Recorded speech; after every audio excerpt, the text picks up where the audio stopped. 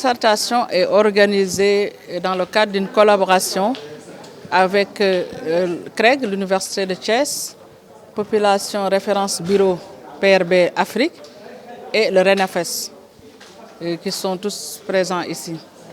C'est une collaboration autour d'une thématique qui intéresse beaucoup d'acteurs et au premier chef de l'État, notamment le travail domestique non rémunéré.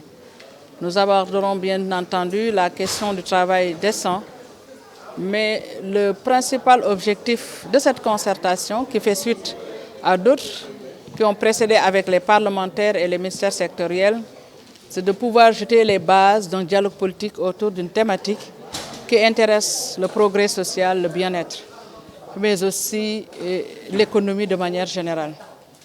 Et au sein de cette problématique, nous avons noté vraiment des dimensions, des aspects qui touchent les questions d'égalité, les rapports hommes-femmes, entre autres liens. Et c'est ce qui justifie qu'aujourd'hui, le ministère de la Famille et des Solidarités, à travers la direction de l'équité et de l'égalité de genre, est présente ici pour mener cette concertation de concert avec les acteurs que je viens de nommer. Quelles sont vos attentes par rapport à cette organisation de cette concertation? Nos attentes, c'est d'abord que les acteurs comprennent les implications de cette thématique, parce que des recherches ont été menées. Tout à l'heure, le professeur va y revenir certainement. Des recherches qui ont montré comment vraiment valoriser le travail domestique non rémunéré et quelles sont ses implications par rapport à l'économie.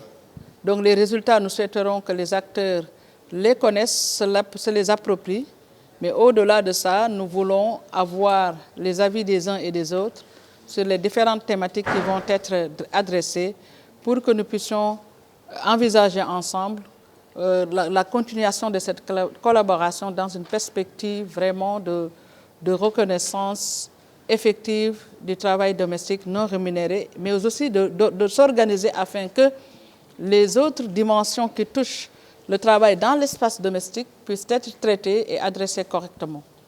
Mais est-ce qu'il y a des chiffres qui montrent que le travail domestique qui ont été touchés, les femmes qui ont été touchées, est-ce qu'il y a une étude qui montre ça? Oui, il y a une étude qui montre que le travail domestique non rémunéré, c'est-à-dire ce que nous faisons au quotidien à la maison, que ce soit des femmes travailleuses dans l'informel ou dans le tissu formel, ou tout court des femmes qui sont à la maison, chacun de nous, chacune de ces femmes et chacun des hommes produit du temps, qu'on appelle des travail non rémunéré. C'est les soins que nous donnons au quotidien.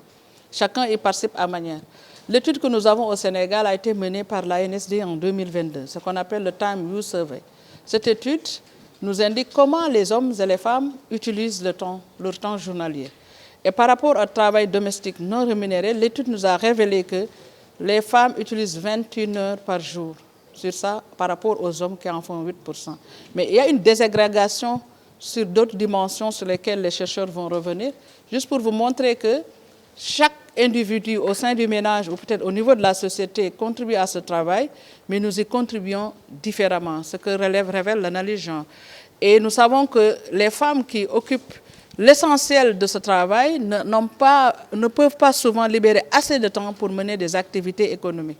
Et une intervenante l'a dit tantôt, si nous ne pouvons pas analyser correctement les incidences de ce travail domestique non rémunéré sur l'activité économique de la femme, nous allons rater nos politiques d'autonomisation des femmes parce qu'elles doivent libérer du temps pour aller travailler, faire un travail sur le marché de l'emploi, mais aussi mener tout court des activités économiques afin que leur contribution puisse être conséquente.